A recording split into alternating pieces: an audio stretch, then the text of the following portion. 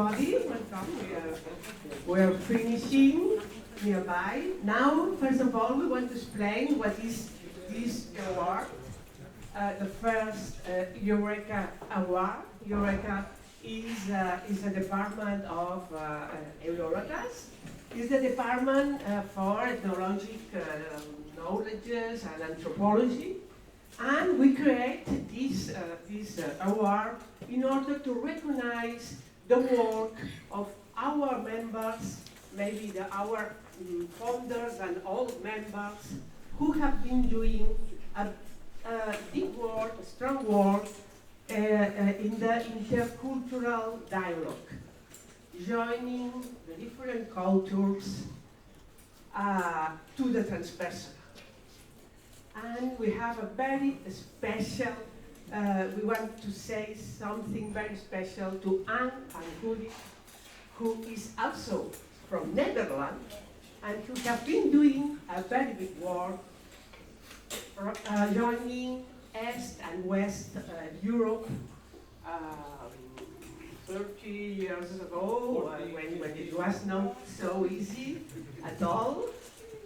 And that's why we want to offer to her. But first, I want to ask Stephen, because he knows also very well, and I want please say something for him. Yeah, when I was asked to say something today, I was like, how many things can I say about Ankh? I met Ankh in 2006, the first EUROTAS conference I went to. I was still a student. I was working on my Ph.D. And I went a little bit later to get a Ph.D. But I went to this place, EUROTAS was doing a conference, and I thought, okay, I'll go to it. And I was totally amazed by the wonderful people that were there. All these people that you see. I totally fell in love with EUROTAS. And one of the people that contributed to that was this lovely lady here. I really did fall in love with her. She is... Don't tell anyone. Yeah. Because she's this really, this combination of a woman that I really admire. Someone who's very smart, very dynamic. She could kick butt, okay, if she needs to. And she's very lovable and loving. And I fell in love with her. And I also met her husband, Rumo, who was, again, he was one of many that was just amazing human being. He was also very smart, very loving, very caring. A founder also. Yeah, founded all kinds of, I could go on about all the things that he did. And I was just like, what a great dynamic duo that they were. They had really good relationships. And I was fortunate. I do shamanic workshops around the world, and I enjoy going to other cultures. And I remember one year, Ankh invited me to come to her place and do a workshop there. And she was so gracious. She organized the whole thing. She did all the registration, she got in touch with people. All I had to do was show up. The funny thing is, I had all my stuff, all my clothes, if you remember, in the suitcase that the airlines misplaced. So I come to her house with just the clothes on my back, right? And a drum. And fortunately, I had all my sacred things in the drum, so I don't have to worry about that. And she just said, no problem, we'll just go to the store and buy you new clothes. Hey, Mark. Hey, Mark. Yeah. So that's the way she is, just like, oh, crisis, okay, we'll just deal with that. And she did it with such calmness and kind of, how can I say it, compassion, that, I felt really welcome. And I stayed with her in her home for a few days, and she was the most hospitable, joyful, fun to be with woman. Not in that way, but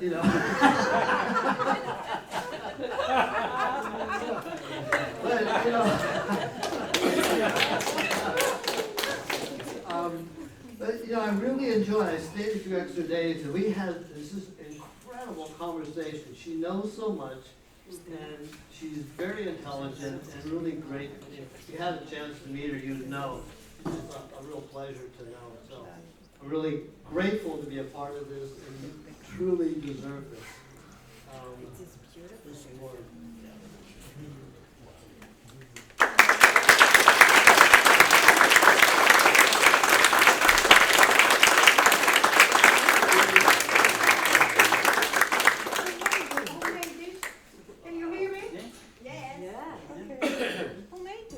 Our daughter.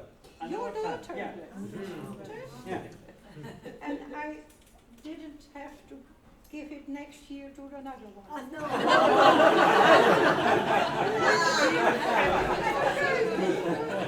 That's the other thing I forgot to say, is a great sense of humor. Yeah, I'm gonna tell you something, because it's so funny to see old friends. When you tell young people, I was young once, they say, yeah. That's why I like to have old friends, because we grow older Together. together. Yeah, okay. And they don't change much. Yeah. No. Feels like she did in 2006. Mwah. That's enough, huh? Yeah, okay. What I'd like to tell you is, in Rome, we have a Dutch conference for Dutch people every year, and it was fantastic also one day. So, Regina, I know it gives you much energy, but it's tiring, because it's much work and many tasks to do. I know how tiring and fantastic it is also to be together. Organized works, don't believe them. It's lovely to see you all here. Are you all coming to Tuscany? Yes. Okay. Yes. So that we can roll over. Yes, together. Yeah, definitely come if you're all interested. It's the most amazing conference I've ever been to. I've been to every one since 2006. So listen to this wise woman here. They're Yeah, great. this is a conference about shamanism. And the normal EUROTAS conference are a little bit different. And we have some of you at once, it's fantastic. Yeah, thank you all. I don't know how I will think more. Have a good time. Have a good time tomorrow, and We'll don't see you. let EUROTAS See you in come in. October. Okay, thank you. Thank you.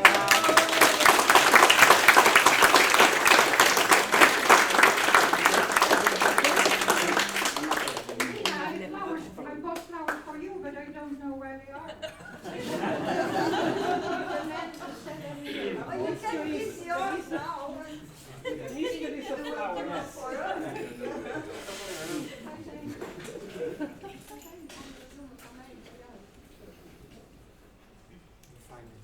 That man.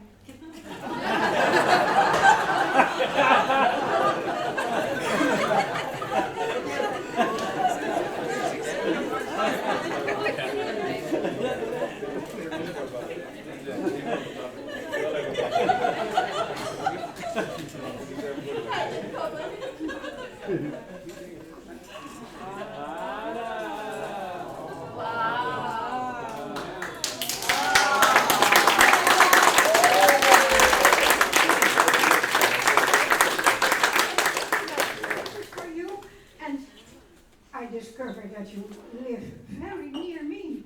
So, What a surprise. I have a reasonable cook.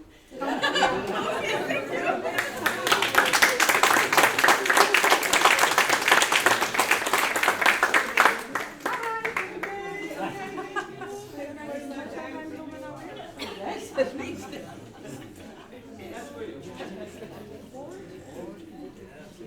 I can keep him. Yes.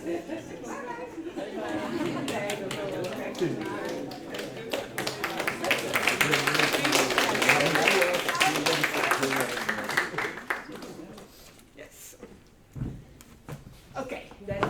can follow with our roundtable with yes.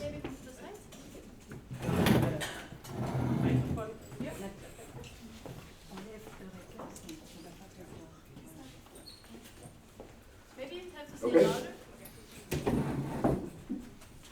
Good morning, or good afternoon, sorry, good early.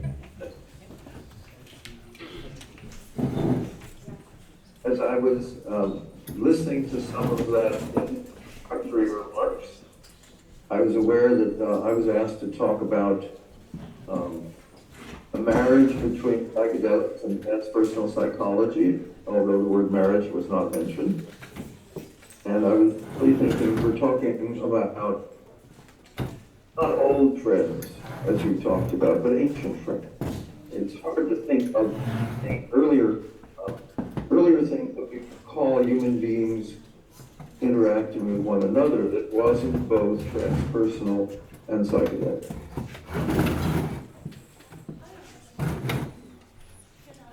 What we were aware of is we were creating what we call transpersonal psychology.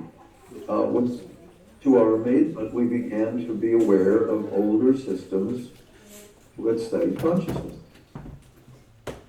When you look at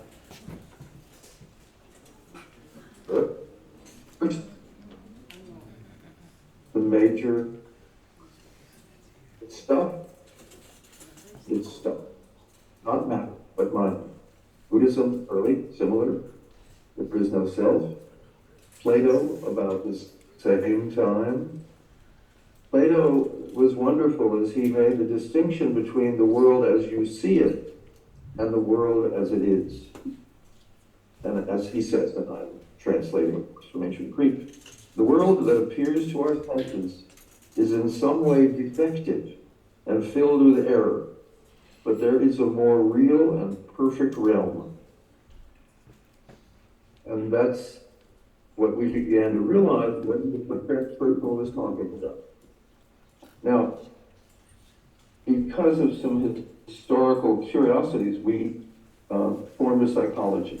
And that was because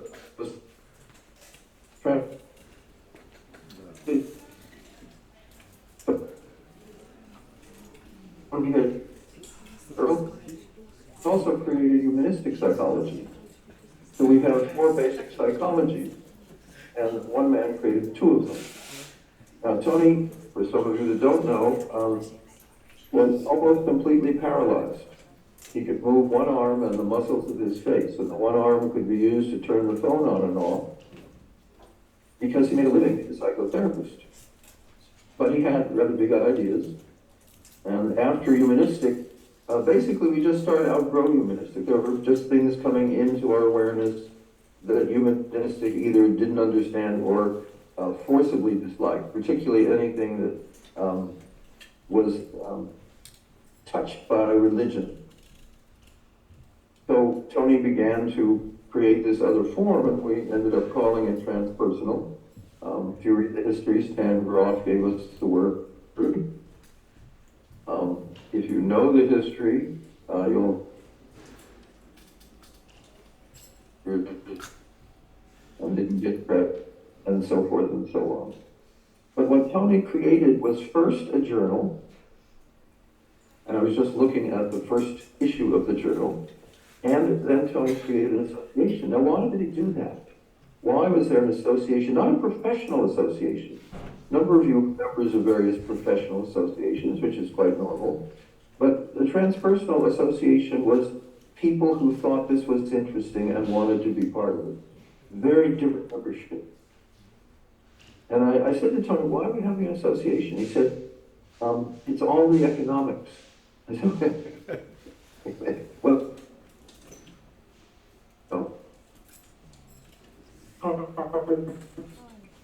amount for a journal.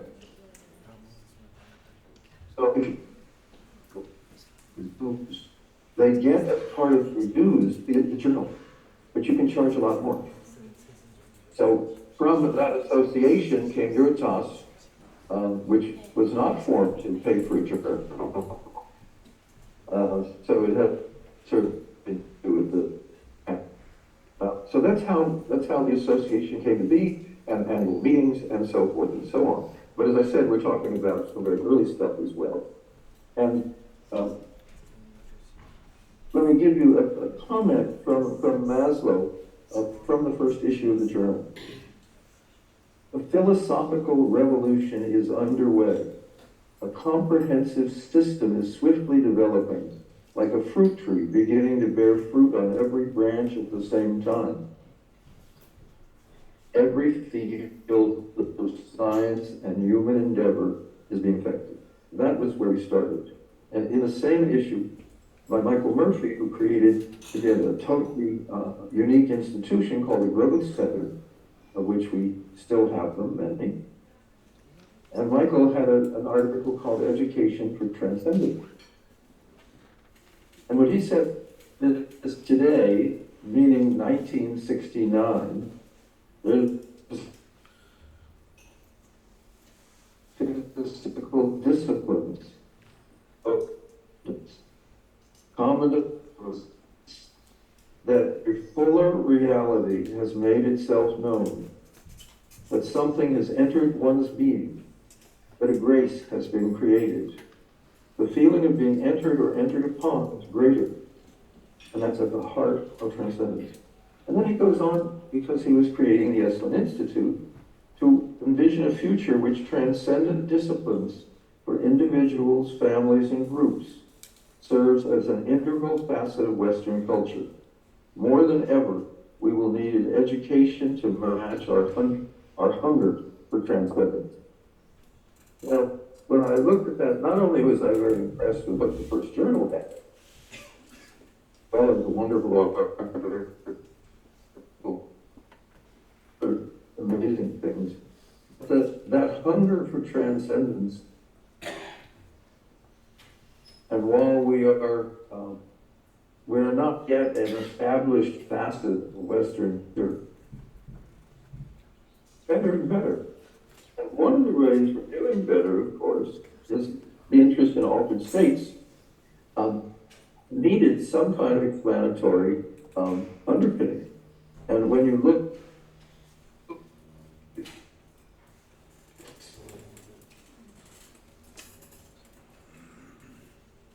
thing we're interested in. But psychedelics gave us the opportunity of exploring consciousness directly. And from psychedelics, in a sense, transpersonal has been repopularized because of psychedelics.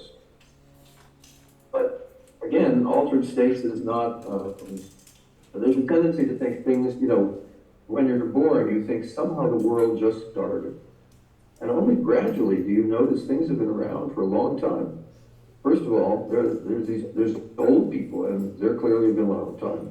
And then you find out that the old people had parents. And then it gets fuzzy and strange. Look, in the Eastern world, it's obvious business and the use of psychedelics went hand in hand. And we also know from almost every indigenous people that had access to plants and fungi is they used them. In the West, we kind of got lost, separated from nature.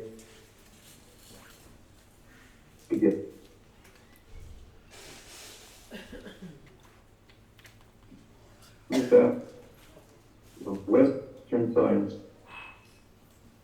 So, and the comment was, evidence is everything. We're looking at a science of observation, not of theory, not of speculation, and not of amassing data, but a science of observation. And the Royal Society in England took as its motto, I will say this in Latin, and those of you who speak Latin will know my accent is terrible. Nulla virgo, which means nothing on earth. Now you notice who they were saying, okay? So they were saying, and then what do we have in the contemporary? There's again, in that first issue, there's advice from Beckley of what transpersonal psychology must rest on. Quote Maslow, keep it empirical. Okay? And so we are coming from empiricism. We are coming from, there is no, that we are that we are capable of looking at what's called authority and basically saying, is it real? Does it make sense? Does this in line with my own experience? Now,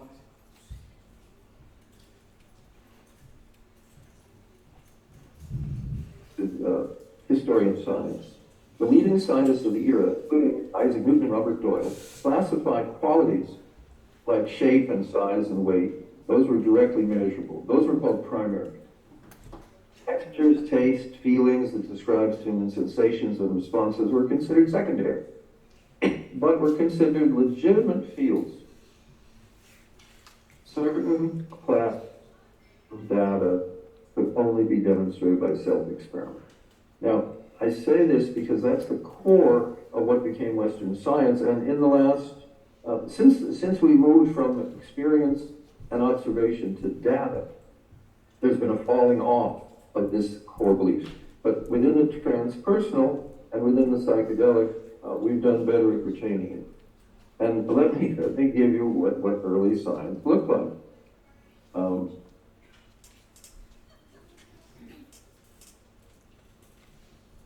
Man named Robert Hooke, H-O-O-K-E, who recorded his impressions of alcohol, chocolate, tea, coffee, and tobacco, and cannabis. Some of you I know have used cannabis. So we'll see whether this jives with your own internal observation. Now, he spoke in the third person, but it's about his own experience. He said of his cannabis experiment, it ended with being unable to speak a word of sense, yet he is very merry and laughs and sings and speaks words without any coherence, not knowing what he says or doeth. Yet he is not giddy or drunk, but walks and dances and showeth many odd tricks. After a little time he falls asleep, and sleeping very soundly and quietly. When he wakes, he finds himself mightily refreshed and exceedingly hungry.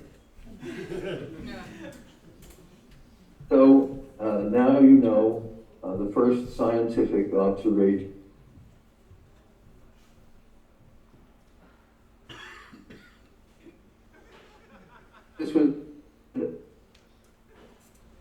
This is the way we did, which is somebody had to experience it and put it in a form where it could be understood. Now, the one that's most closest to psychedelics happened a whole century later, 1799, someone named Humphrey Davy, who later became the president of the Royal Society, but then he was a 20-year-old apprentice in a laboratory, and the laboratory was making something called nitrous oxide, which was called early on laughing. And the problem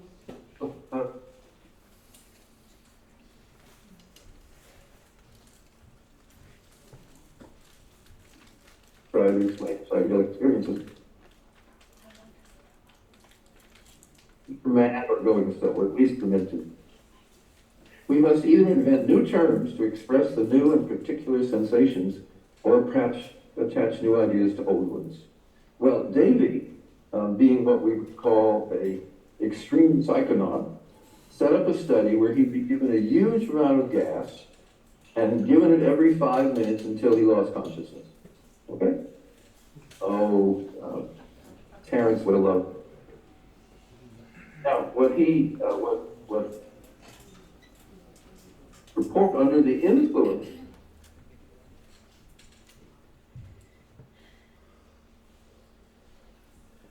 that I've ever taken, the effects were intensive levels of imagined. His hearing became fantastically acute, allowing him to distinguish every sound in the room. In his field of vision, the objects around him were releasing themselves, teasing themselves apart into shining packets of light and energy. He was rising effortlessly into new worlds whose existence he never suspected.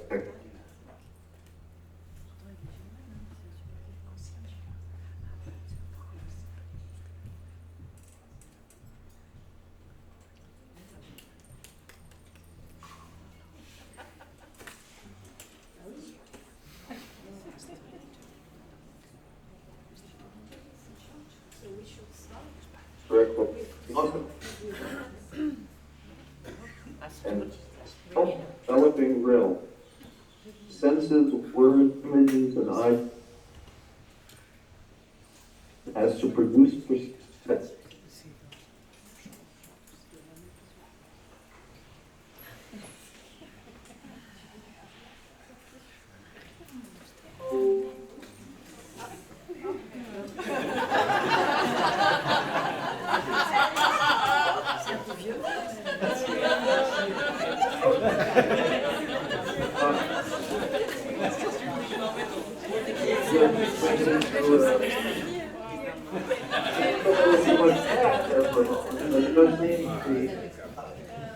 It's perfectly accurate. So,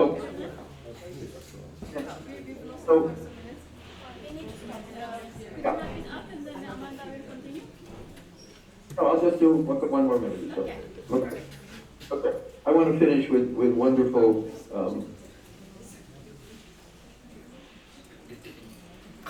his conclusion, nothing exists but thought, pure Patanjali. Then he says the world is composed of impressions, ideas, pleasures, and things.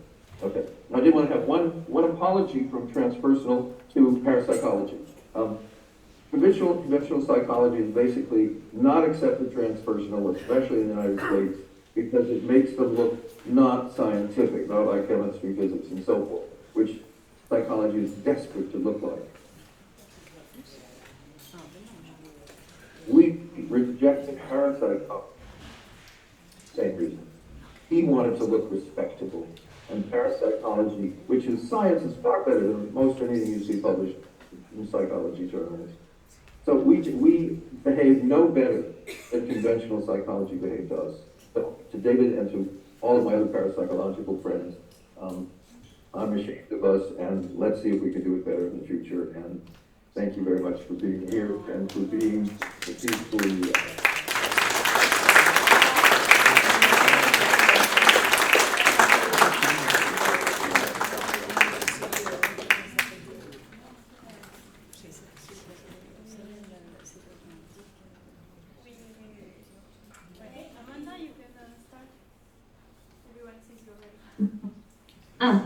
Well, hello everyone, and I'm here slightly under false pretenses because I thought I was having a conversation with Jim, and so I haven't in any sense prepared anything that I intend to say. I do apologise.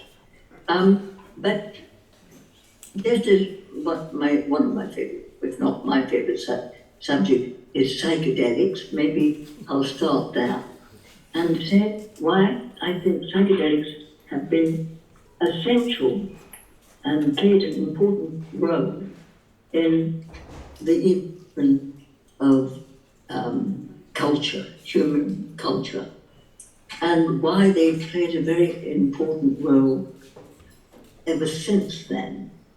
And what a tragedy it is that a part of society has wanted to repress them.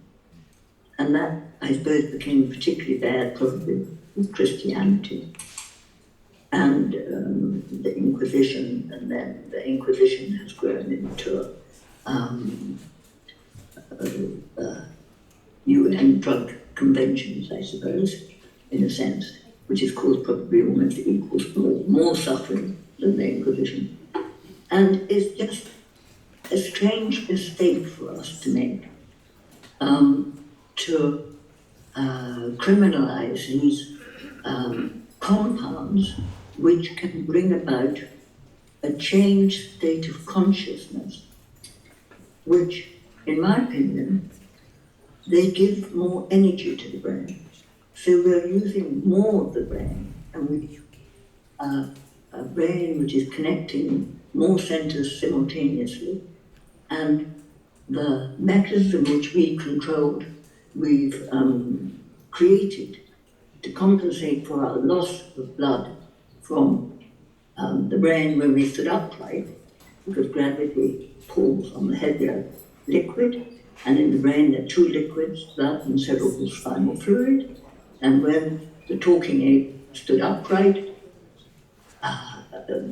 the gravity was against the blood. So we lost a little proportion of blood from our brain, and to compensate for that loss, I think we developed this mechanism of control, which was conditioned recognition of the sound to produce the reaction. It's something that all animals do, but we developed it further than any other because we were in more need because of our upright position.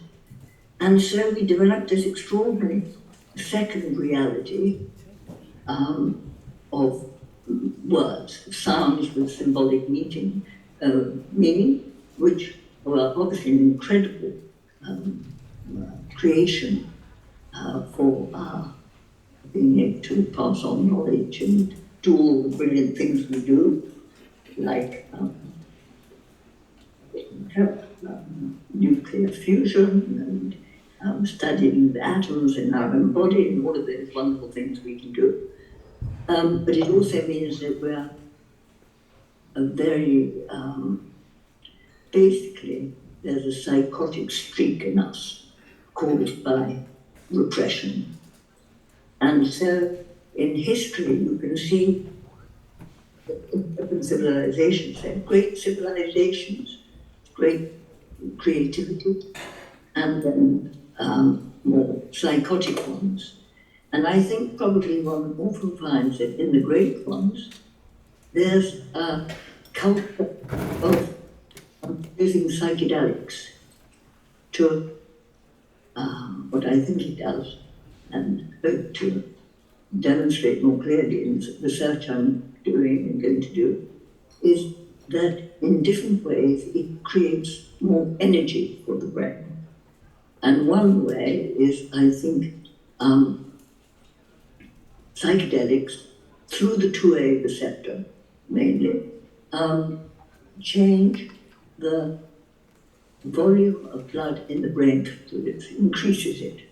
So we have more delivery of oxygen and glucose to the brain, but there are also other techniques and things that the psychedelics do, which I think are very fascinating, which I think they increase the energy production of the mitochondria. So I think there are amazing compounds which society is wise if it learns that they have enormous benefits when they're used sensibly. And it's a tragedy for us to criminalize them. And now, finally, after many years, I was introduced to psychedelics in 1965. And then in 1966, I met and joined a Dutch scientist of very exceptional insight. And then I learned the wonders of science. But we believed in a science that we experienced based on doing the experiments on ourselves and learning from that.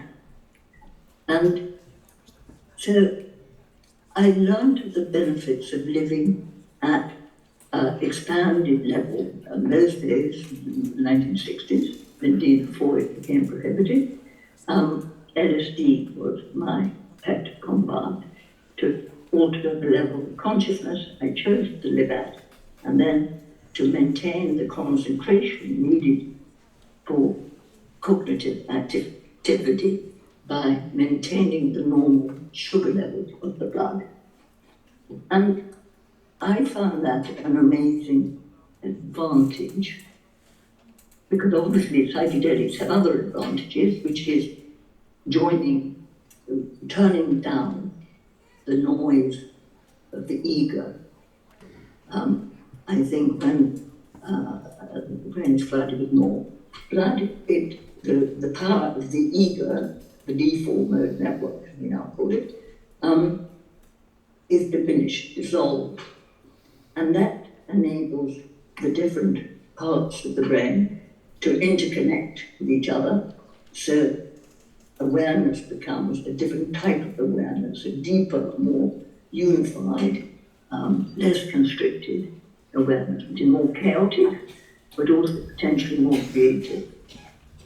And that, I think, that state is very related to the state of spirituality and because we've seen that in meditation, the default mode network decreases and the gamma waves go up, the high waves, and there's all sorts of changes which are similar between meditative states, spiritual states, and the use of psychedelics and disciplines which do, I mean, basically, as we all know, our ancestors, more traditional relations, know better how to alter the states of consciousness using endogenous means as well as the compounds. And they have always valued these altered states of consciousness as something sacred. And usually at the core of the religions, great religions, there is the experience of the host, the here, the cup, the drink, Andalusis, and Soma, and these compounds which contain one, probably serotonin 2A agonist or another. So, and I think it's very fascinating. The Dutch, the person I met in 1966 who made such a difference to my life by explaining how you could use psychedelics not just as a way of changing your consciousness and having an incredibly deep and fascinating time, but you could also use it as a cognitive tool to kind of analyze and think better at a wider level. For instance, I was with my friend, a passionate player of Go. And if I played Go on LSD, keeping my glucose level fairly normal, I won more games against the opponent that I knew played regularly and who we had a fixed handicap. So that was kind of objective evidence that potentially using a psychedelic in a controlled form could enhance one's cognitive functioning, which I think is a rather valuable thing to learn. And so basically back to parapsychology is more in tune with that world which is open with psychedelics. And they're interested, we are interested, because although I don't call myself a parapsychologist, obviously those are the things which interest me most.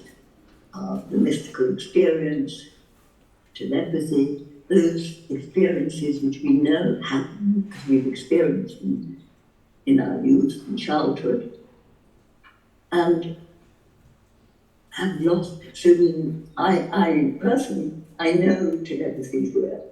I had a pigeon I lived with, very intimately, for 15 years. He was never in a cage. I brought him up for day-old fledgling whose mother had died on the windowsill. And we were bosom friends and lovers. And somehow I always felt he was going to be killed, something rather like Jesus Christ. I thought it was doomed. but he lived free in Alida for 15 years. And then, well, he died as I feared. He was killed. But I knew when he was dead, and I also knew, I felt it so strongly, I went looking for him. And my father had also been intuitively, telepathically aware in some way of it, because he had instructed the cowman to cut nettles in the spot where Birdie had been hidden. This was quarter of an hour after his death. And so for me, but the story is much more fascinating, went on than that, but it completely proved to me that everything is a reality. And when one finds these strange, anomalous events real, one then has to try to explain how they happen, at least I have an urge to, or try to understand them better, and understand which parts of the brain are functioning highest when perceiving these events. So, after about 30 years of studying the brain and the effect of psychedelics and its benefits and its potential dangers, and thinking, well, actually the benefits far outweigh the dangers, and how it was the most incredible asset for society to have the knowledge of how to use psychedelics reintroduced into its social system. So that's really what I was devoted to, and had made very little progress after 30 years. So then I decided, well, early on I decided the only way to change was to do the very best science and prove to the world that the use of these compounds with all techniques was very valuable to the individual and society. I myself had overcome my addiction to nicotine in one day, deciding to give up nicotine with LSD as an aid. And so many years later, I suggested to John Hopkins that we did that research, which we did. And then 30 years later, I decided the only thing to do was to become a foundation, to stop being a mere female without any letters after my name, and to become a foundation with 10, 15 of the best scientists in the world on my board. So that's what I did, and I started then setting up collaborations with scientists willing to collaborate. And we did many exciting studies, but the one I'm doing now is particularly exciting to me because it's going to look at the mystical experience, and I'm doing this in collaboration with King's College in UCL in London. And we're doing a personalized study, so each individual is being treated as a single individual, and their data is being collected for them as a portrait of what are the changes that happen when you have a mystical experience, or indeed a peak experience. And with that, we're using the latest brain imaging technology, which I've never used before and I'm very excited about, which is the MRI 7 Tesla, so it's strong. And then also MEG, so out of this study, we'll possibly get a better understanding of the basis in the brain of how these things happen. And then also, I think it will be closely related to telepathy and other anomalous experiences. So, with all of you people who've been studying these subjects for so long, I think it's a most fascinating area for us to be exploring. And I feel incredibly lucky to have wandered into along this path and found myself doing this wonderful research, and all of you doing your research. And so slowly the body of knowledge is building up, and hopefully through this wider, less controlled thinking, we'll get ourselves out of the rather pickle we're getting into, or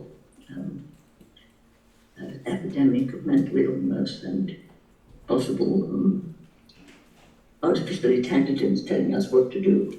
But anyway, let's hope we break through. Thank you for today. Thank you very much.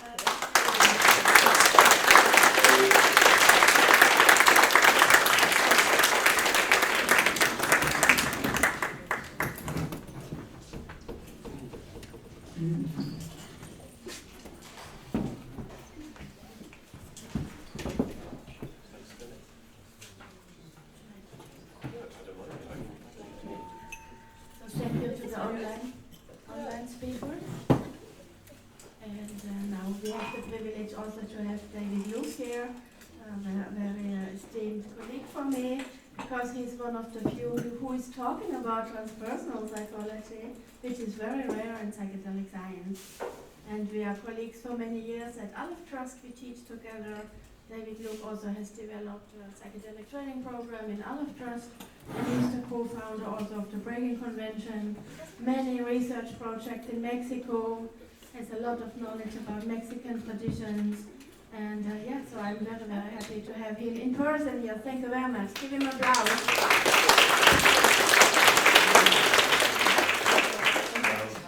You all hear me? Hands up if you can't hear me. Okay, good. Thank you, Regina, for inviting me here at this amazing event.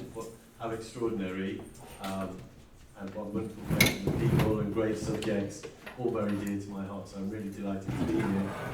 And a kind of massive debt of gratitude to both Amanda and to Jim for being real pioneers in this area since the 60s, for the last 60 years or so. They've done an extraordinary amount of work and paved the way for so much of what we do now. So I'm going to be talking to you a little bit. Oh, it's popped out of the. Yeah, sorry. That's okay. Apparently, I'm going to be talking to you about transpersonal ecodelic experiences. So ecodelic is in psychedelic experiences which you kind of make you more connected to nature, and how the science of that is kind of bridging psychedelic science and shamanism through transpersonal experiences. More or less, something like that. I'm just going to, this is a bit of filler, basically. Maybe I can just say that we're very grateful to Jim for saying that, offering an apology to parapsychologists on behalf of the world of transpersonal psychology for not having delved into it more. Don't worry, Jim, your apology is gladly received, but parapsychologists have also been avoiding transpersonal psychologists for years for the same reasons. It's like, nobody wants to look like they're, far out and don't want to ruin their reputation, which is ironic because, both parapsychology and transpersonal psychology have been somewhat taboo and at the edges of the mainstream for a long time. I committed double career suicide by starting out by doing research of both psychedelics and parapsychology with a bit of transpersonal psychology thrown in for good measure. So I fully appreciate how there's been a sense in which we've tried to avoid stepping in other people's territories and looking like loonies to the rest of the sensible world, or so-called. Okay, well, that's not actually moving, but should I stand up? I tell you, if I stand over here and it's not working again. Oh, it is working now. Here we go. Right, I'm going to dive straight in with a lot of science. Just some graphs and charts. Don't expect you to read them all. But we've reached a really brilliant turning point in psychedelic science where something as kind of odd perhaps to the mainstream as the mystical experience has now been rehabilitated. Not so long ago the mystical experience itself was either demonized or pathologized, depending if you're taking a kind of religious perspective or a psychiatric one, and now the current research renaissance with psychedelics has rehabilitated the mystical experience so that in all of the clinical trials that have been using psychedelics that have measured the mystical experience, they consistently show that the mystical experience strongly predicts clinical outcomes. So the more mystical your experience on psilocybin or even ketamine or LSD, the more likely you are to reduce your addictive cravings or your depression or your anxiety or your end-of-life existential fear. And that effect is robust in every clinical trial. So, you know, the mystical experience itself has turned 180 degrees and is no longer thought to be an evil or that way madness lies, but is actually part of being sane, right? And I think this is a great coup, although not everybody in biomedical science particularly likes that, but it has opened the door, of course, as Jim pointed out, for transpersonal psychology to be reinvigorated again, because the origins of transpersonal psychology and psychedelic science go hand in hand together, you know, going back to the 1960s. So there are many kinds of mystical experience, of course. Typically, the mystical experience defined, don't look at this graph, defined by you know, psychologists when they measure the mystical experience is one particular kind of you know, Eastern mysticism mixed with kind of Abrahamic religious sentiments and the unity of experience. There are many, many types of mystical experience. According to my good friend here, Mike Daniels, he says there's at least 25. So we'll have to take his word for that. But there's also lots of type of non-mystical transpersonal experiences as well, and that's what we might call anomalous experiences or exceptional human experiences. And so I've become very interested in those throughout my career, and started off a long time ago by doing a survey of people's transpersonal experiences with psychedelics. I looked at people's transpersonal experiences when they weren't on psychedelics, and it turns out they don't tend to happen anywhere near as often, right? You know, if you taken a psychedelic substance, you are far more likely to have had, for instance, encounters with the spirit or intelligence of the substance you've ingested, which you don't normally get with coffee or with alcohol or even crack cocaine for that matter. But you do get it a lot with ayahuasca and with mushrooms and with salvia and so on. And of course, you know, telepathy, as Amanda mentioned, was very common. People have taken psychedelics. Half of the people who have taken a psychedelic had the experience of telepathy whilst under the influence of a psychedelic, and then afterwards are more likely to believe in telepathy, and also they're more likely to have that experience later on as a result of their psychedelic experiences. And you don't get that with non-psychedelic drugs, psychoactive drugs. And of course, even the encounter with entities as well. It's a very common experience with psychedelics, particularly very powerful psychedelic experiences like with DMT, which has been described as a little bit like being punched in the back of the head by God. For those of you who don't know, DMT is a 10-minute experience, and in a recent survey they conducted at Johns Hopkins University, one of the leading medical hospitals, universities in the world, in the States, they surveyed people who'd had DMT and had an encounter with another being, with some kind of sentient entity they thought, and they looked at their prior metaphysical beliefs. And of those people who were previously atheist, less than half of them remained atheist after. So this is a kind of 10-minute experience of being punched in the back of the head by God, which converts more than half of all atheists into non-atheists in 10 minutes. So these things are extremely profound, and we really should be researching this kind of stuff. This is the first time this kind of research has appeared in mainstream psychology or psychopharmacology, despite, you know, decades that people have known about this on the underground, of course. And we see other profound changes in metaphysical beliefs. It turns out that the general trend when you've had a psychedelic experience is to move away from materialism and reductionism and naturalism, and people move like that. The world is kind of dead and inert and meaningless, and unsurprisingly, everybody reduces their belief in that and as a trend and moves towards an enhanced belief in panpsychism or dualism, or a kind of transcendental supernaturalism, which is what the researchers at Imperial called it. I think it's a bit derogatory, but essentially people move away from materialism, especially towards these more kind of animistic beliefs. And we see that again in another recent paper. This is all in the last 2 years, where they looked at changes in belief around whether or not non-human beings or objects even have consciousness, and there's a distinct and profound unidirectional maneuver towards believing that things other than humans may actually have consciousness.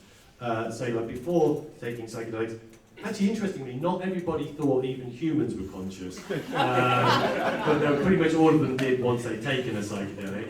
And they also went on to believe that, other than human animals were also conscious, and other than human beings, including plants and mushrooms and maybe even mitochondria, even all the way to increases in the belief in that non-animate objects were also had consciousness. So we see the shift that people's worldview and perceptions and metaphysical beliefs shift in a direction towards a more kind of shamanic worldview, or a more indigenous perspective, where the world is animate and interconnected and meaningful, and that pretty much everything is conscious. So how this intersects, and I think this is important, the research we've been doing is looking at particular changes in attitudes towards the natural world. We are in the middle of the biggest wave of mass extinction in millions of years, the sixth mass extinction. It's almost all man-made, and it's the fastest extinction ever, probably. And by some academic estimates, we may be out of other species within about 600 years at the current rate, right? So we really are in trouble. And so we need to change people's consciousness towards the natural world. That underpins everything, effectively. You can tell people about the science of climate change and species extinction all you want, but if people don't feel connected to the natural world, people aren't going to do anything about it. So we did some of the first surveys on this. It's one of the things that hippies have been banging on about since the 60s. Psychedelics make you feel more connected to nature, but there hadn't been any actual scientific research done on this, so myself and some colleagues nearly a decade ago now did the first survey. We surveyed a lot of psychedelic users and asked them, has taking psychedelics made you feel more connected or less connected to nature, and or more or less concerned? And this is something you never actually see in psychological research. Is you ask 150 people a question, and 100% of them answer in the affirmative. And that is 100%, it sounds like a cat food advert, I have to apologise, but 100% of psychedelic users said that taking psychedelics had made them feel more connected to nature. Every one of them, every single person who tried psychedelics in our survey. And of those, the majority, 2/3 of them, felt more concerned for nature as well. So we're seeing these apparent shifts in people's attitudes towards the natural world and in the environment. But also not just changes in people's attitudes, but also changes in people's behaviours. So we asked people, had taking psychedelics changed any of your kind of ecological actions that you partake in? And we found that, yes, in fact, over half of psychedelic users said they'd changed their diet as a result of taking psychedelics. We didn't ask them what to, unfortunately. Presumably, they were more vegan or vegan or freegan or vegetarian or local or antique, shabby, I don't know, whatever it is, trendy these days. Or they were just eating magic mushrooms for breakfast. The majority of people changed their diet as a result of taking psychedelics. And of course, just slightly over half of them, the third bar along, had increased the amount of gardening they did as a result of taking psychedelics, which is a big take-home news. It's not the kind of thing you see on your tabloid newspaper headlines, dangerous psychedelics turn people into rampant gardeners. But we probably should. But more seriously, down the other end of the scale, 16% of our sample changed their career to something more ecologically orientated. To give you an example of the two people in the sample quit their jobs and took up Ph.D.s in botany. Right, so this is the dangerous side effect of taking psychedelics as well. You may become a botanist or a mycologist, probably. If I was to, I regularly give talks like this to the general public, and I ask the audience usually, and which one psychedelic substance is the one that makes people feel most connected and concerned for nature. And the audience always know, and it is magic mushrooms, of course, yeah. And so I had a colleague at Yale did some really fantastic, complicated statistics on all our data sets to basically tell us what everybody knows anyway. And that is psilocybin of all psychedelics reliably predicts increases in connection to nature. But I was really delighted to see Paul Stamets kind of advertising our research at his latest talk. That made my year, basically. Of course he would like that story. So, but there's other, perhaps, more important changes. We know, for instance, that the mystical experience of the psychedelic, when measured, has been related to these changes in ecological behaviours. But we wanted to drill down into this even more because we figured, it's not just the classic mystical experience as measured, but we wanted to ask people's actual stories. And we did a survey of nearly 300 people, and we gave them an open-ended question, what was your experience like on psychedelics, and what led you to having a deeper connection to nature if you indeed did. And we did that research, and we found actually the vast majority of people said that they had some kind of transpersonal experience which had made them feel more connected to nature. And that included things like not just unitive experience, but interspecies communication, and even transforming themselves into another species. That experience, which you don't ordinarily get on your ayahuasca retreat center brochures. They say, oh, you can come and reduce your depression, or find yourself, or get some more spiritual insight, or increase the KPIs on your new tech app, perhaps. But what you don't necessarily expect to find is that you're going to get turned into another species. Nevertheless, we think that's beneficial. And so actually, I'm going to skip to this. So I had a bit of an inkling into this, and I conducted a survey previous to that, where we asked people specifically about their kind of transpersonal encounters they'd had with different psychedelics in relationship to nature. And this may seem a little bit far out, but we asked them a whole bunch of questions that they had to kind of say, yes, they've had this experience whilst under the influence of various or any kind of psychedelic.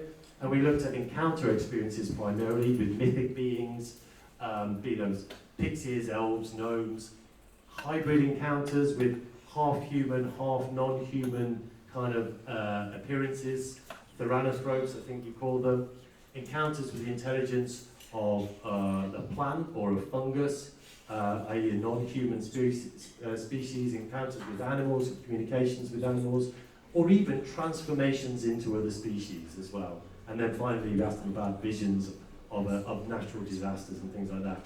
Turns out these experiences are pretty common. This is also a completely unreadable graph. Here's the one I did skip. There we go. These are the different types of encounter experiences people may have with psychedelics. Here's the data. We love a bit of data. Impossible to read from that distance. But, 27% of people that had ayahuasca said they'd turned into another species during their psychedelic experience. And even good old common or garden LSD had the capacity to transform 10% of people into another species. Not permanently, I have to say. Usually when the psychedelics wear off, you come back to being human again, more's the pity. So what do we do with all that fantastic data? And in this intersection between psychology and ecology through psychedelics, we see psychedelics can enhance people's attitudes toward nature, they can change people's behaviours, turn them into rampant gardeners.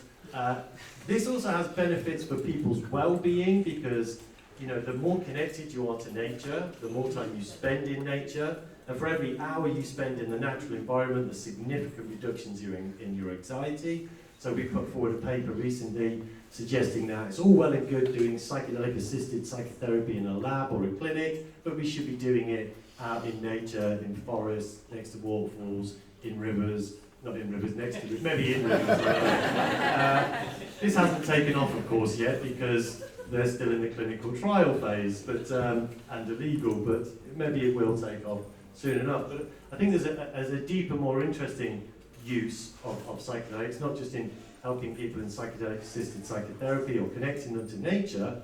And Amanda pointed out this point, how she discovered early on how psychedelics are amazing cognitive tools. And Jim himself, of course, did one of the first and last studies looking at creative problem solving through the use of psychedelics. And I was lucky enough, 50 odd years later, to replicate Jim's original study from the 1960s. We took 40 top-level scientists from University of Oxford and Cambridge and Imperial. They're all in maths, physics, engineering, biology, geology, and so on. And they came to our lab to work on their most difficult theoretical problem from their field. And we then gave them LSD, of course. I'll skip one. And one of the participants in that study was a mycologist. He'd been working on, well, an ecologist really, but working on study of fungus. He'd been working on a relationship between this plant and a fungus. He'd been doing his Ph.D. at Cambridge on this particular relationship for 3 years and still didn't fully understand it. And it's this plant called Voirea. It's called a ghost plant. It has no chlorophyll. It doesn't photosynthesize, and it grows directly out of the mycorrhizamal fungus. And it was always thought to be a parasitic relationship. And he studied it for 3 years, still wasn't sure, came into our lab, he took LSD, and we interviewed all of our scientists about their experience. And we said, so how was your experience? He said, I turned into the fungus. Now, we were watching him, so we're pretty sure he didn't. Nevertheless, he said he turned into the fungus, and we were like, okay, and was that useful? What happened? He said, well, it was slimy. And we're like, well, that was a waste of good LSD, probably. But then he published this fantastic book called Entangled Life. Anything you ever wanted to know about fungus, this is Merlin Sheldrake. It's a brilliant book. It was actually heralded, it got the Book of the Year award by the Royal Society, who Jim earlier mentioned as the kind of the most august body in the UK of science. And this is a real coup, because the whole book is a treatise towards animism, without even saying the A word. Because in the very first chapter, Merlin talks about how he took LSD for his research and turned into a fungus, and it gave him a different perspective on his old problem, in that he was no longer thinking like a human. He thought of his problem from the perspective of the fungus. And this very experience, which we see even amongst Western psychedelic users, but is endemic to Amerindian cosmology, up and down from Tierra del Fuego to Alaska. And that is, if you want to understand something, if you want to know something about something, you turn into that thing. Yeah, you do that by taking ayahuasca or peyote or whatever it may be, or mushrooms, and you turn into that thing. And this is the antithesis of Western science. You know, Western science is, we have to be as objective as possible. We need to dry out the thing under study, distance ourselves from it, desiccate it, chop it up, look at it under a microscope, and then, once we've atomized it, we might learn something from it. This is the complete opposite. This is, if you want to understand something, turn into it. You know, trip your mash off and turn into that thing. And then you will learn something different. This is like hyper-subjectivity. And so I think Merlin's book, and what I'm saying here, is a kind of a clarion call for doing science in a different way, but like turning science on its head. Like, it needn't be the only way to do science, but we can benefit from having non-human-like experiences and trying to understand the natural world from a non-human perspective. The ecological problem we are in right now cannot be solved by the same way of thinking, I do not believe. And so I think psychedelics are driving this opportunity for changing our whole approach, our whole epistemology, the way we even kind of consider the natural world.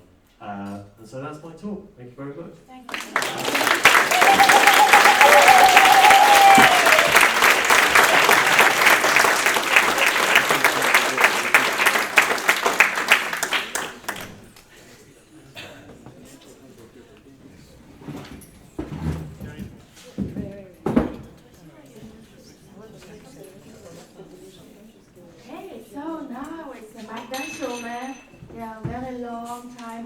EUROTAS board members, very active in founding different initiatives, and one project is the EUROTA, it's the anthropology department of EUROTAS, which Magda and others founded, and now they are kind of wrapping up their own ideas and also wrapping up the day a little bit. And after that I will have some pre-closing words, and then we will have a little fire ritual outside, and after that will be dinner, so just that you have a little idea.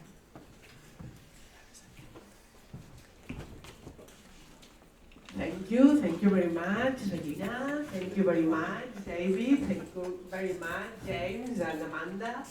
And wow, such a level. If you have to stay right there, something very challenging. Okay, what we want today, I see you are really tired. As well as me, as us. And it's nearby 7, then we will be short. We want to share a little bit our work, and also we want to resume, to do a closing talk about all that happening today. We want to talk also, no, but maybe there is another before or after.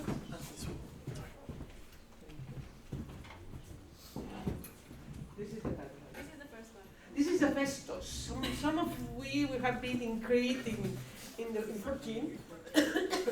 And this is the first, I don't know, maybe Monet, this is a kind of a labyrinth, as also a kind of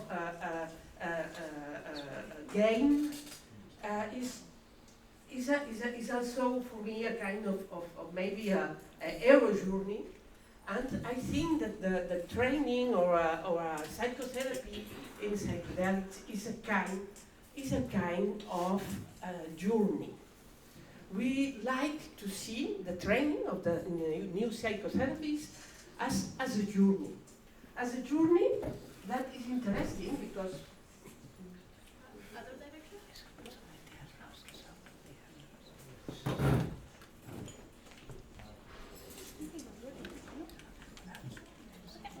okay. This one. Thank you. Thank you. We have been learning from the shamans in America, in Siberia, in Mongolia, in several countries. And they talk about 3 or 4 moments or phases of the discovering who you are and which will be your work in this world, your mission in this world. And they say that the first is to discover your unique talent. All of we have only one unique talent that we cannot anyone else have. Then we need to learn. We need to train. We need to know from the teachers how to do it, how to develop it. After that, we can culminate, and that can be and expand the state of consciousness for return to offer to the humanity. When you get that, then is the moment to offer to the humanity. The next. We have been working also in several shamans, but suddenly we discovered, while we was looking for, one European shamanism. And we have a shamanism in Europe, in the north of Spain, coming from England and crossing France and going to Santiago. The Camino is a kind of pilgrimage who is in the goose game. The goose game, some of you, maybe you know, maybe you play, when you were a child. The European, the Mexican, you have been playing, very, very well known. In South America also. Not everywhere, not in Romania, I think. Not everywhere, but many of you, you know this game. Here it looks like a game of children, but hidden, there is a real way of self-discovery. If one day you do the Camino, you will see hidden all these signals, all these archetypes. You will start with the bridge. The bridge is a very big archetype. The bridge is the bridge between the two walls. The bridge is awakening and let back your ancient ego to go over the new journey.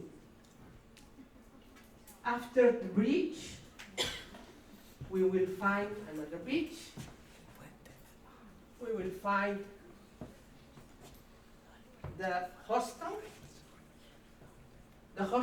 In the hostel you will find the alleys. In the hostel you will call the alleys from allies. The allies. The allies may be human, maybe ancestors, maybe gods, maybe goddess. The allies who will help you in your journey. That happened in the hostel. But you arrive to the hall. Well. You arrive to the well. Well is unconsciousness. Well, you can drink the water, fresh water, in order to clean yourself. But it is also the hidden knowledge, keeping that. After, you will find the labyrinth. The labyrinth. We have a specialist here on labyrinth. Irida, Ludmila, and so on.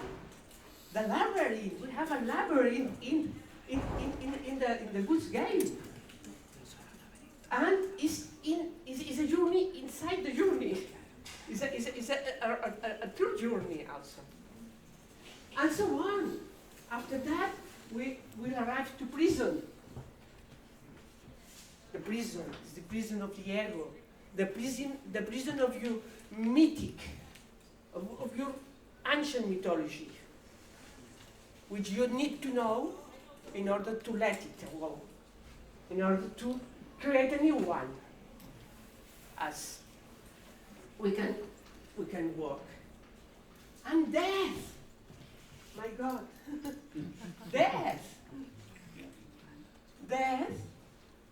for let completely back and reverse in the garden of the goose. That is a real journey, and we propose that this journey for a therapy, as a methodology, or as well as a training.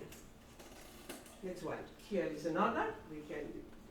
Here there are really ancient. Here we have a Templar. They create the Camino, and they create the hidden symbolism, the hidden archetypes, and you can find it. You can find them if you do the Camino. And another one. This is in French. This is another in Spanish, and here is the training or the therapy. Then we will start by initiation, initiatory rites. This is the entrance. When we start, here is the door between two walls is the bridge. Remember, it's like a spiritual crisis, rituals of passage. We can find that it's a crossing the bridge. the separate reality, the amplified state of consciousness. Is when we use amplified state of consciousness, maybe with plants, maybe with meditation, maybe with several, and so on. So a big and large way to get to the same place and return to the ordinary world. It's the healing power of crisis. To arrive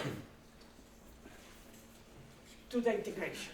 Integration, I like very much the higher, the higher conference talking about integration. That it's so important as all. This morning we had in the workshop of Irene and Alan. They say the most important is the process. The most important is not this separate reality, the amplified state of consciousness. The most important is all the process. And a very important part is the integration. Yes. Okay, that it's very, very short because I know the time. And maybe we can share a little bit what we have been living this morning and this afternoon in these places. To say thank you very much, Regina, for invite so eminent people as well that we can see here. Thank you, every one of you, for coming. It has been very, very touchful, even if I had no possibility to stay with all of you. But I will watch with pleasure all the videos when they will be ready. And we have a resume. Yes. So First of all, with Santiago and the panel of the Mexicans, so touchful, that have been very, very, very nice. I like very much, for example, when Maria talked about the cosmos is the cortex, the neocortex, for example. And where is Santiago? You can see if he was there. Oh, great. when we have hallucination, it's not because of the plant or the medicine, it's because we are not respectful towards the plant or the medicine. Somehow it's a kind of punishment. And then because you did not ask for permission to the plant. And you treated the sacred plant as an object, instead a relation between you as a subject and the plant as another subject. Exactly. Do you understand? No. I don't know if someone can translate. Maybe Sven. ¿Sí? Bueno, we will translate for you. Te vamos a traducir para ti. Te vamos a traducir, Santiago, lo que estamos diciendo de ti.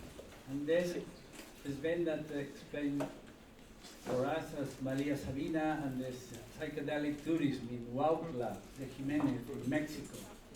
Can you explain a little that? I like very much that you talk about entheogens and entheogenic healing, curaciones enteogénicas. Me gusta mucho. I really like this word. And then Betty explained for us the profound virtues of the cacao, even for aesthetic uses. Then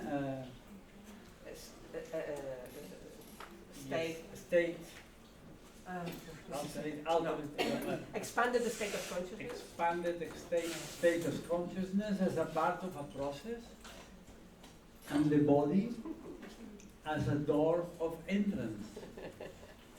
Thank you, Irene. It has been a very, very nice workshop, body work.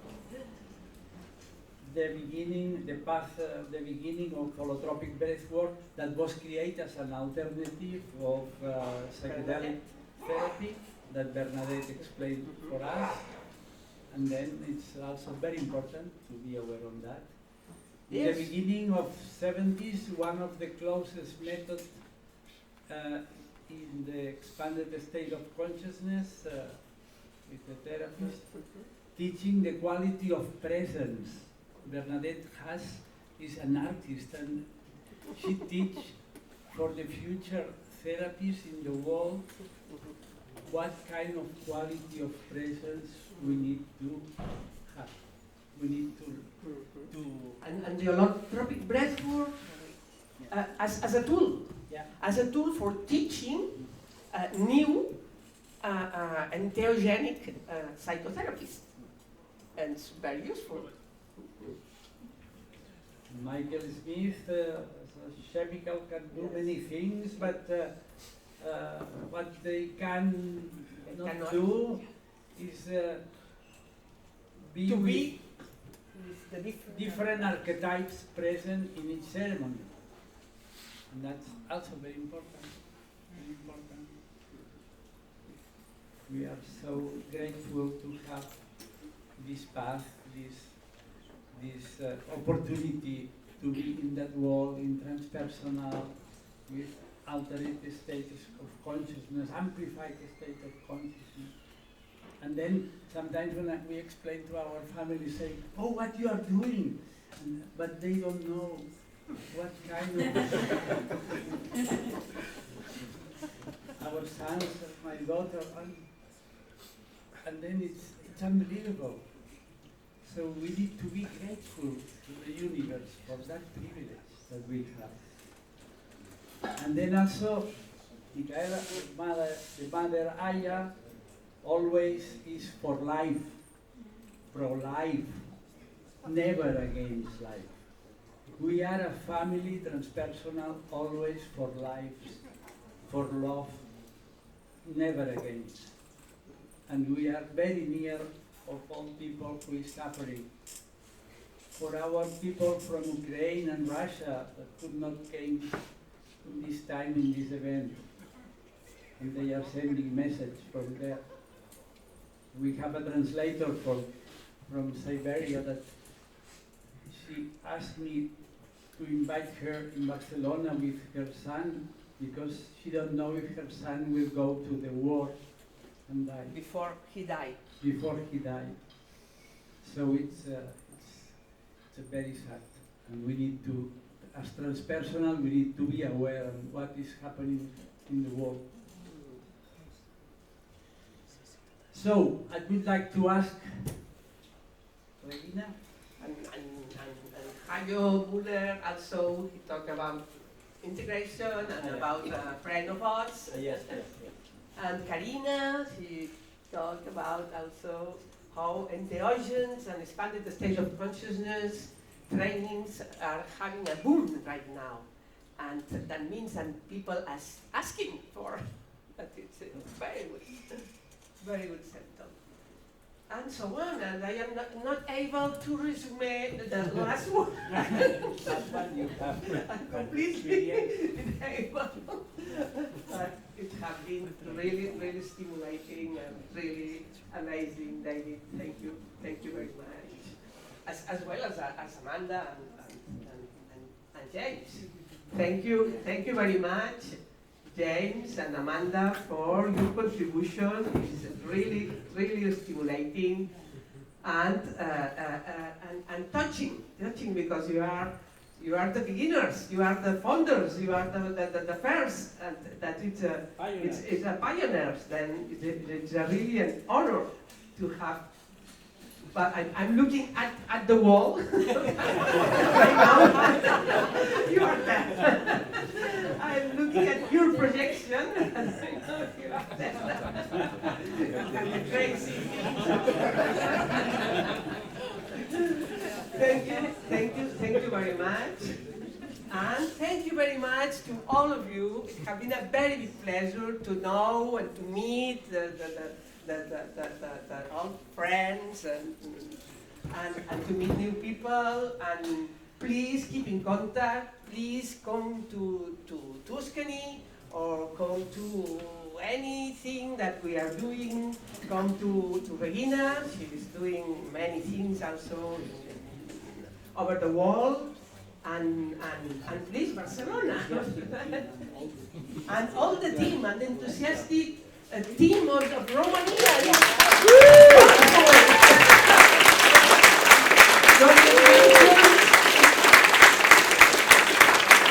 People coming from Spain, People coming from here, please. All the team come here. And give a big applause to this amazing team.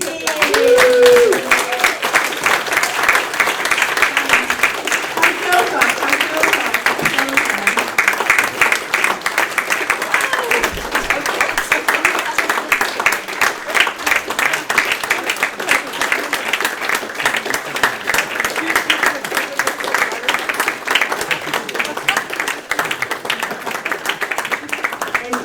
There's no conference without a volunteer team. Viva Romania! Viva Romania!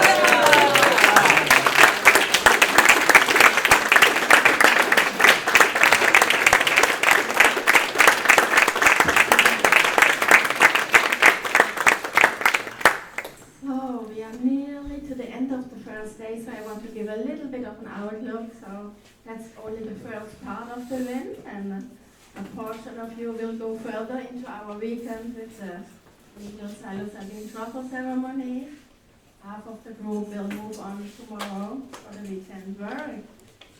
So I want to really explain that concept, or this vision what was really transmitted. It's this idea to really bring academia and conferences and symposia closer to ceremony and not have them so extremely split either or. And so I really understand my mission as an experiential-oriented psychotherapist, but also an academic teacher, to really try to build bridges, which of course is through body work, dance, what we did, art, yeah, exposure to nature. These are some, and of course psychedelics, yeah. But really my calling that I want to pass on to you all also. Please take home into your life, into your own work, into your field, the seeds that we touched on today, the things that we share, the things that inspired you. I feel it's like one thing to sit together and have really amazing inspiration. It's another thing to go home and really take action. And it's like this, we are now at the first step of commitment. So I would invite you for a moment just to, put your hand on your heart and feel the seeds of this day in your way. And of course that's just a little beginning, but so what will really make the difference? I mean, yeah, we can talk forever. Not much is happening, but commitment, really, I'm really going for commitment. And the older I get, the more clear it is for me. What is the calling, and what is the seed that you can contribute to the world? And also, of course, really moving from egoism to ecoism or ecodelics, as David said. And we will do for this closing a little fire ritual. So in the morning we had this beautiful opening from the Mexican Mazatec traditions, and also interweaving, of course, all other traditions, really clearly acknowledging our European heritage. For that I really want to name Celtic tradition, paganism. That would be all about the trees. And yesterday I read an amazing poem from a very famous Switzerland poet, female poet. She was the only woman who got the Schiller Prize ever. It's a very prestigious writer's prize. And she wrote about, in such a poetic, they're nearly like, really like a love affair with trees, like when we realize that how our life grows and how our roots grow where we live and what we share, that we grow with the trees and the trees grow with us and our roots are interwoven. And she described it like a love relationship, and that we are lovers. And I clearly stand for that, as Joan Macy also writes, world as a lover. And this kind of, I invite you into this. This is the inspiration of this event, that we become lovers in the best sense, in the ethical sense, yeah, really in living this interconnectedness as human beings here on Earth. And so we invite you for a little, again, Mastertech-oriented, little tiny fire ritual. And the idea is that now we bring the seed of this first day symposium, more cognitive-oriented, to the fire and let it inspire further. And then you are invited to bring that spark home, first of all, home into your heart. And let it not go out. You need to take care of the fire. The fire is life. And then find little steps of commitment, find little steps of action. And the other vision is also really that this gathering is really qualitatively oriented, that we also really sit together and see how can new collaborations be initiated that contribute to an even larger picture than what we maybe do so far. So last not but least, a little fire ritual, and after that, informal dinner and dancing on the tables.